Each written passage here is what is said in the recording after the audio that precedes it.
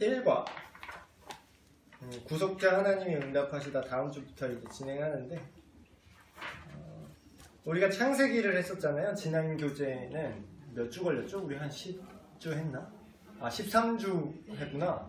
13과니까 13주에 걸쳐서 창세기만 이렇게 다뤘는데, 창세기의 굵직굵직한 사건들 위주로 시간 순서로 이렇게 다뤘었어요. 근데 사실 원래 기록 뭐라고 하지? 역사의 순서대로 보면, 물론 역사 순서대로 보면 창조부터 시작이 맞긴 한데, 그 기록 순서를 보면은 출애굽기에서 그 시내산에 올라가서 하나님한테 모세가 말씀 받은 시점에서 받은 말씀의 내용 중에 창세기가 있는 거거든요.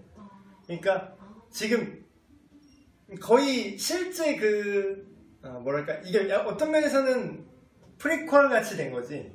그러니까 그 전에 어떤 일이 있었는지 모르는 상태. 그럼 창세기가 처음 딱 주어졌을 때, 모세가 창세기를 쓰고 주어졌을 때 1차 독자가 누구냐 하면은 광야에 있는, 이집트 밖으로 나가서 광야에서 생활하는 그 이스라엘 백성들이 읽으라고 준 책이 창세기인 거예요.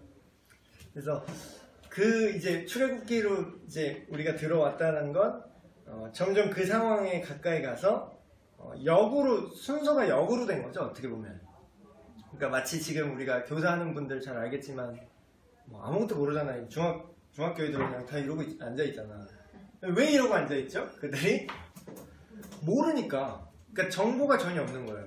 그러니까 이 사람들도 광야에서 이제 이집트를 나온 이 사람들도 400년이죠. 400년 전에 우리나라가 어땠는지 감이 와요.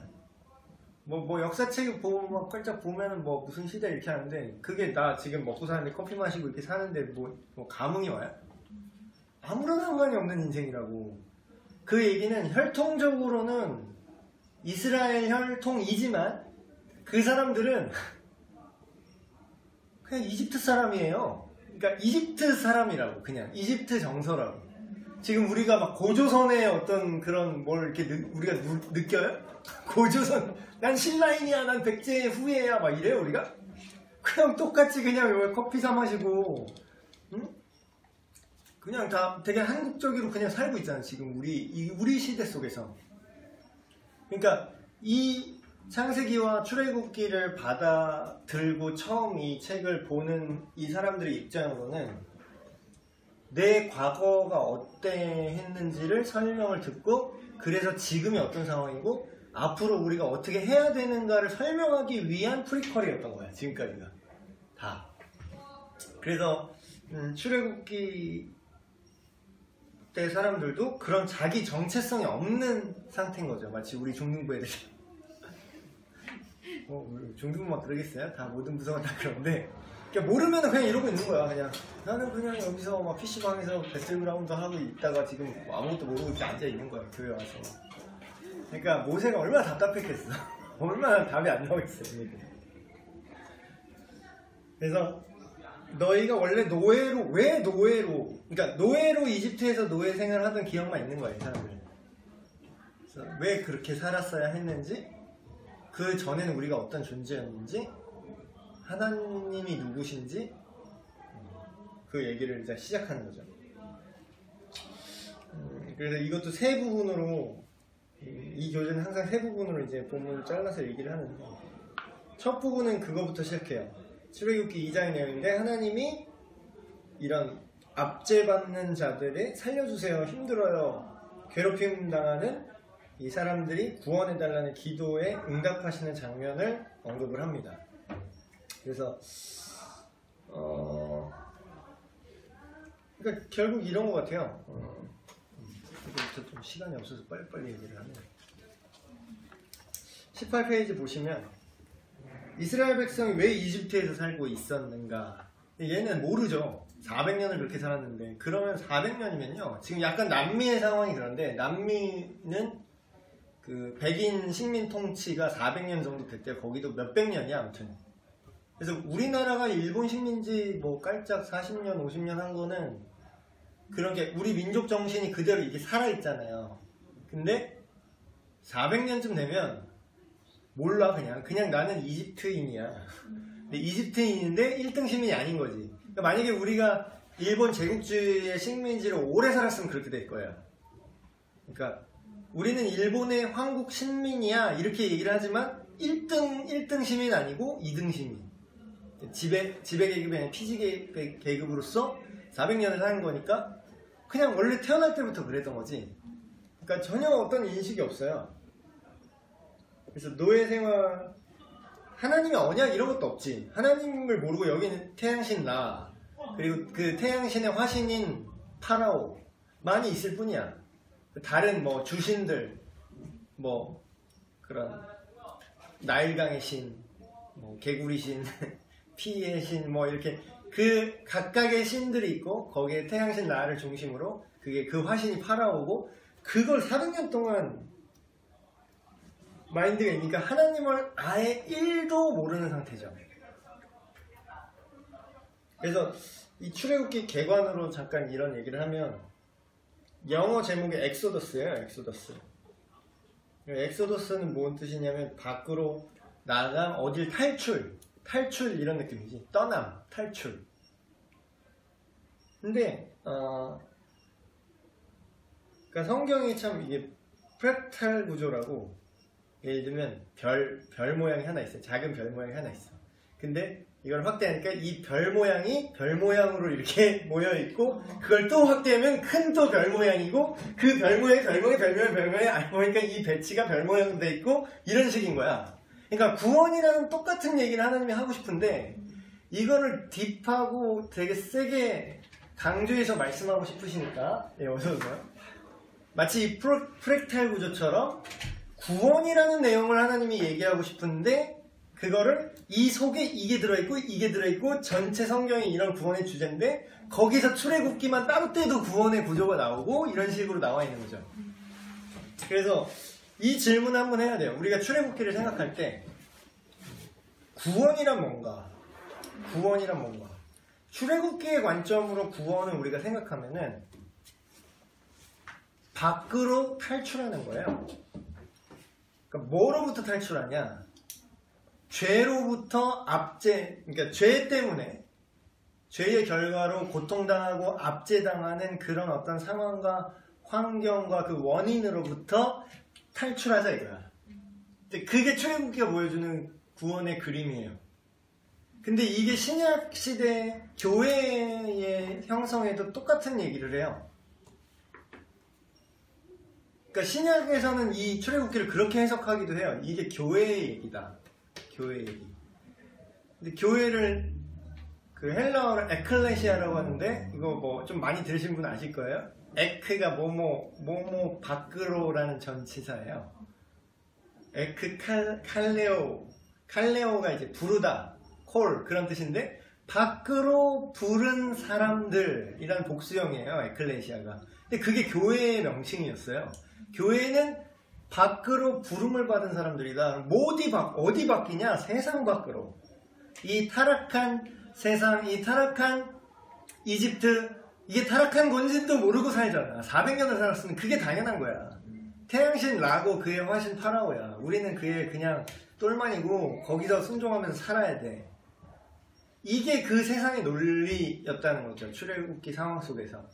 근데 그 밖으로 나오라는 거야. 그 세계관 밖으로 탈출해라. 그 종교관, 그 어떤 통치로부터 탈출해라. 이게 이제 구원의 얘기를 하는 거죠. 그래서 압제받는데 여기서는 표면적으로 1차원적으로는 당장 노예 생활하고 채찍질 당하고 요셉을 알지 못하는 왕조가 들어서면서 니들 뭐야 하면서 이제 갈구기 시작하고, 그래서 어디 가나 정권이 바뀌면 이전 정권의 고위층은 핍박을 받게 돼 있어요.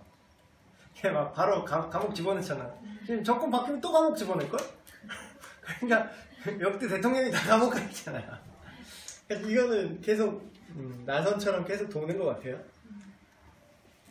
근데 어쨌든 표면적으로는 이렇게 정권이 바뀌어서 내가 이렇게 압제당했구나 이렇게 단순히 생각할 수 있지만, 그게 아니라 더 큰 고통은 뭐냐면 노예 생활이 고통이 아니라 이 하나님을 알지 못하는 세계관 속에서 살아야 된다라는 게 더 엄밀한 의미의 노예 상태라는 거죠. 죄로부터 고통인 거지. 물론 육체적 고통이 왔을 때 내가 문제가 있다라는 걸 깨닫지만 어쨌든 그들은 단순하게 육체적 고통 때문에 하나님께 부르짖었어요. 뭐 하나님께 부르짖었다기보다는 뭔지 모를 존재에게 부르짖었겠지.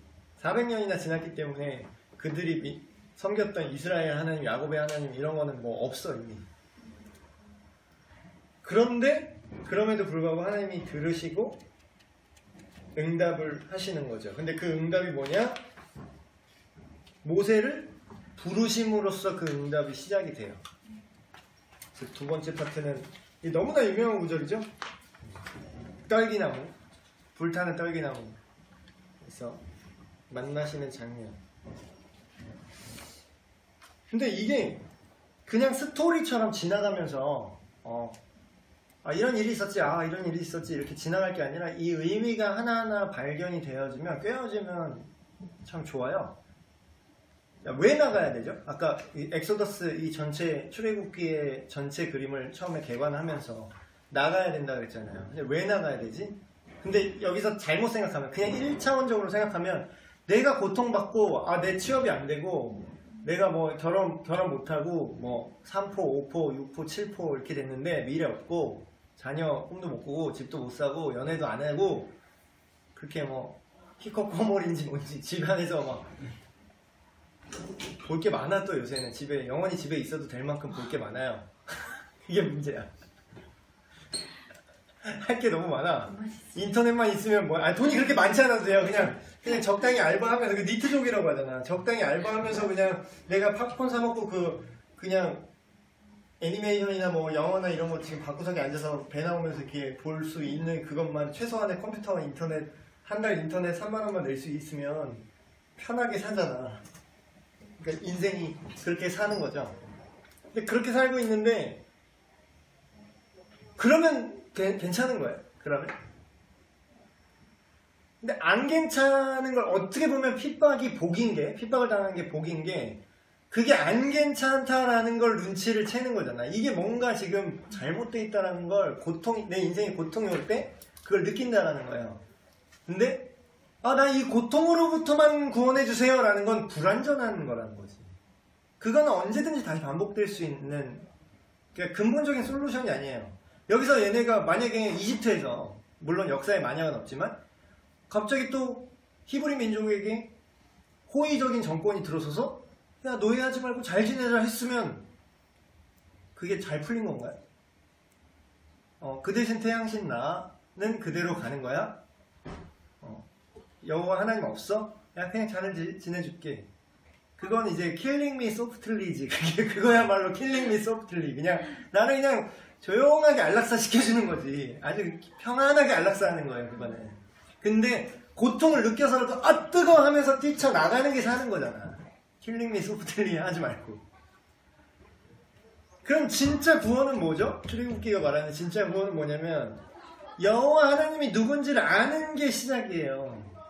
그래서 이제 뒤에도 계속 얘기하겠지만 전체 그림이 하나님의 존재를 설명하는 거지. 그러니까 이것도 아직 그 책의 내용이잖아. 지금 시내산에서 이 책을 받아서 써서 뭣도 모르는 하나님이 누군지 모르는 애들한테 설명을 하려고 이 내용이 기록된 거잖아요.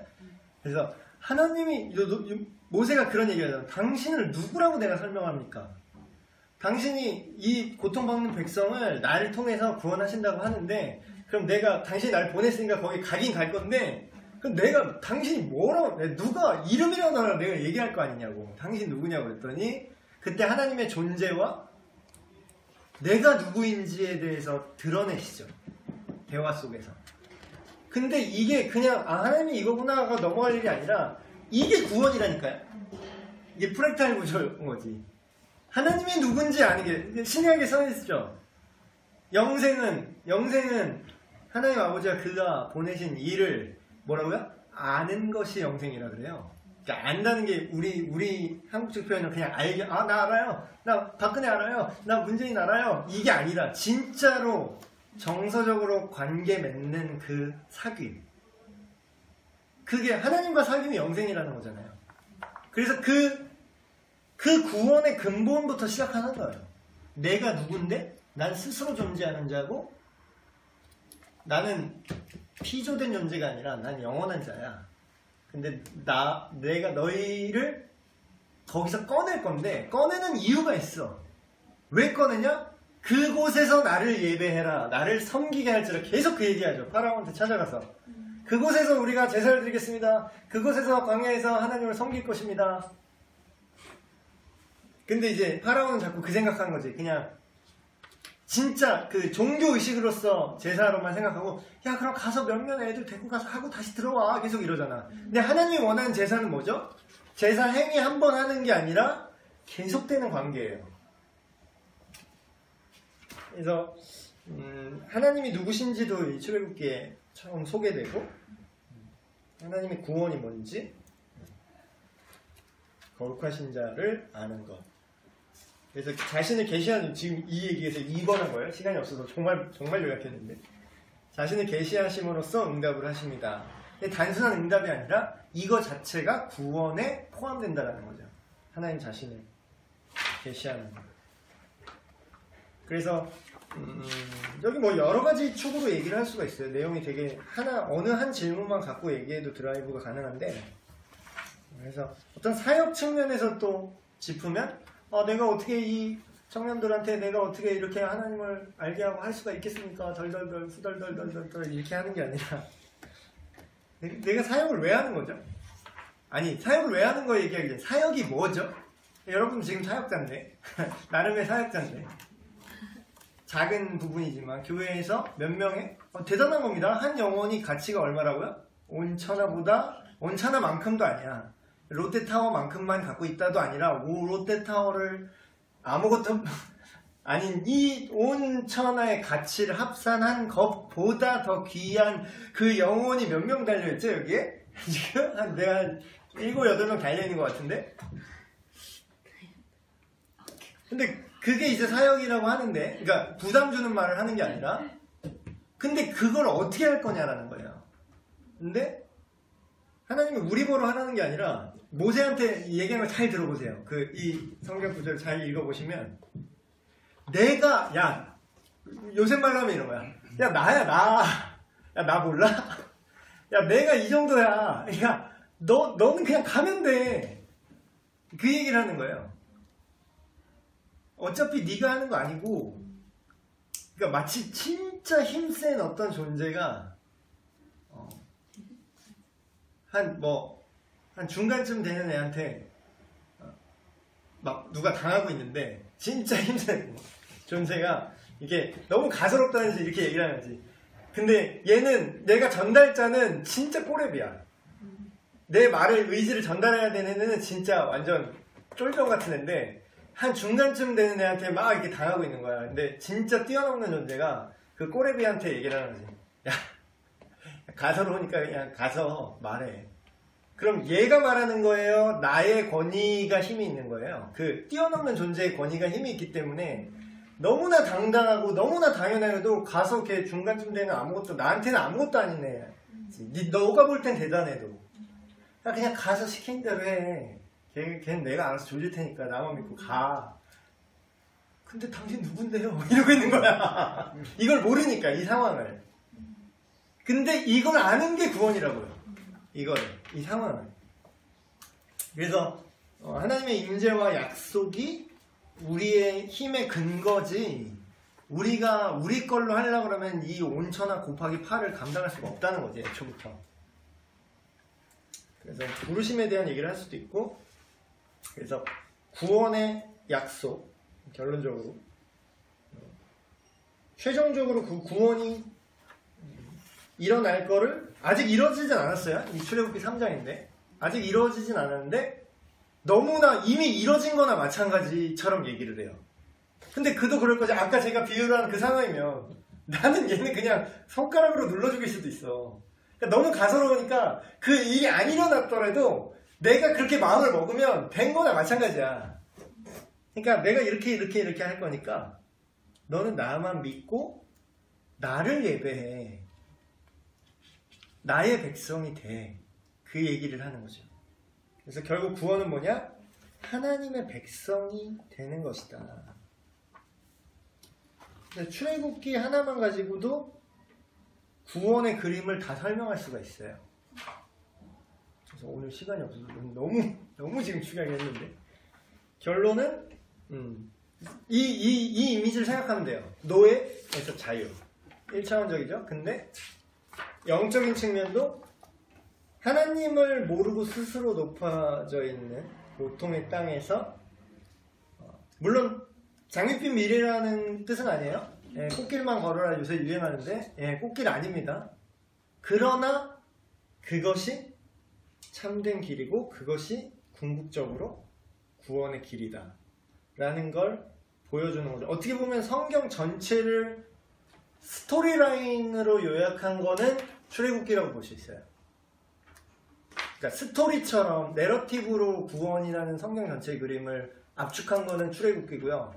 그거를 어떤 예언적 선지자의 말로 예약한 거는 이사야서가 성경 전체를 압축한 느낌이고, 그거를 교리적으로 압축한다고 보면 로마서고, 그러니까 아까 말했던 프랙탈 구조라니까요. 별, 여기 별, 여기 별, 여기 별. 근데 이게 별 모양으로 배치되어 있고 그걸 확대하니까 더 큰 별이 되고 별 이렇게 되는 거예요. 내가 말할 그건 별이야 이러고 있는 거죠, 하나님.